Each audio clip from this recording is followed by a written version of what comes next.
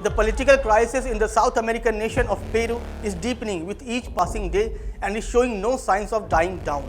Peru's new government has declared a 30-day national state of emergency to quell violent demonstrations which have shaken the country following the ousting and arrest of President Pedro Castillo a week ago.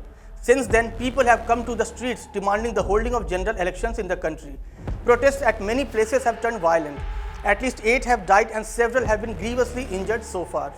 The new measures announced on Wednesday suspended the right to gather and move freely across the entire country and comes just before the Christmas holidays when people typically travel extensively to visit family. In this video, we take a look at the political upheaval that has been happening in Peru and why people are out on the streets in such large numbers. But before that, don't forget to like, share and subscribe to One India. To give you the current perspective, Peru has a female president for the first time in its history. Dina Boluarte, previously the vice president, was sworn in after a dramatic day in Lima last Wednesday. In recent years, Peru has seen a series of presidents ousted and a number of ex-presidents sent to prison for crimes committed during their time in office. In one memorable week in 2020, the country had 3 presidents in the space of only 5 days. But even by Peru standards, what happened on 7th of December was jaw-dropping, both for the speed with which events unfolded and for their consequences. President Pedro had declared a state of emergency in the country last week while addressing the nation.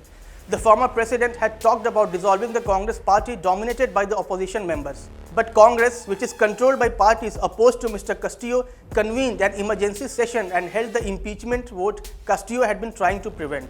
The result was overwhelming. 101 voted in favor of impeaching him, with only 6 against and 10 abstentions. Then Pedro announced that he would exercise emergency powers under decree rule.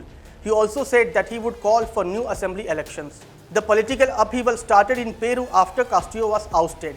His vehicle was intercepted as he traveled through Lima streets with his security detail. Prosecutors then accused him of trying to seek political asylum at the Mexican embassy. They also said that they were seeking 18 months of pre-trial detention for Castillo, who was charged with rebellion and conspiracy. Castillo, on his part, has denied the charges of rebellion and conspiracy. The first female president of Peru, Dina Boluarte, is taking reins of the country at rather a unique time. She is assuming power amid deepening constitutional turmoil, a bitterly divided Congress, an electorate weary from political whiplash, rising food and fuel costs, and amidst a nascent 5th COVID-19 wave.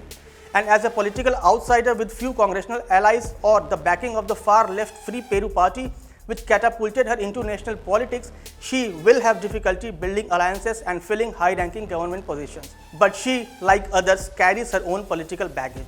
This May, a constitutional complaint was filed over her role as a board member of 2 private Lima-based clubs while she served as a government minister.